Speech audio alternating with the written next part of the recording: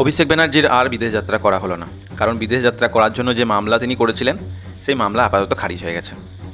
রাজ্যে তখনও তৃণমূল কংগ্রেসের শাসন চলছে, ওনার পিসি মুখ্যমন্ত্রী, সেই সঙ্গে সঙ্গে স্বাস্থ্যমন্ত্রীও বটে।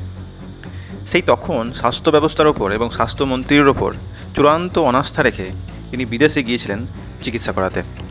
অথচ রাজ্যবাসীকে তারা পরামর্শ দিত রাজ্যের স্বাস্থ্য ব্যবস্থা নাকি দেশের সবচেয়ে সেরা স্বাস্থ্য ব্যবস্থা। আজকে ক্ষমতা চলে গেছে, পিসির আর মুখ্যমন্ত্রী নেই, এমত অবস্থায় তার বিরুদ্ধে প্রচুর মামলা চলছে। এখন যদি উনি বিদেশ যান তাহলে কী গ্যারেন্টি আছে যে উনি আবার দেশে ফিরে আসবেন?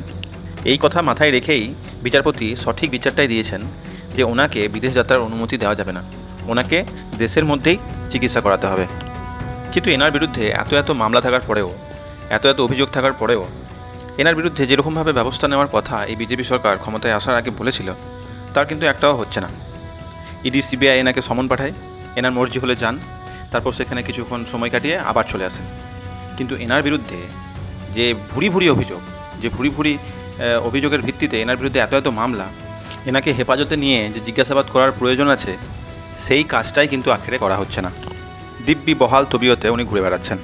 স্বাভাবিকভাবেই তদন্তকারী সংস্থাগুলোর তদন্ত নিয়ে কিন্তু প্রশ্ন উঠে যাচ্ছে।